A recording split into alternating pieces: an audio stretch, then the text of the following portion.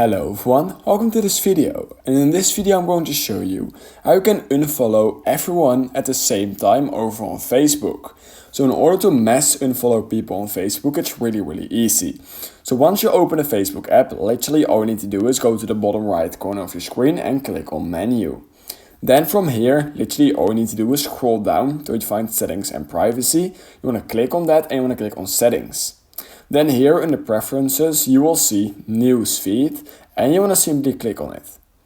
Now what you can do is click on unfollow right here, and then these are all the people you are following on Facebook, and that you can simply unfollow by a single press of a button. You can see right here it says you unfollowed Mark Zuckerberg, and this is a really quick way to unfollow everyone over on Facebook. And if you have like 100 people or more on this, it will literally take seconds in order to unfollow all those people, because you can simply click on them and then they will immediately be unfollowed. So it will literally take like 5 minutes to do 1000 people. So it will be extremely quick.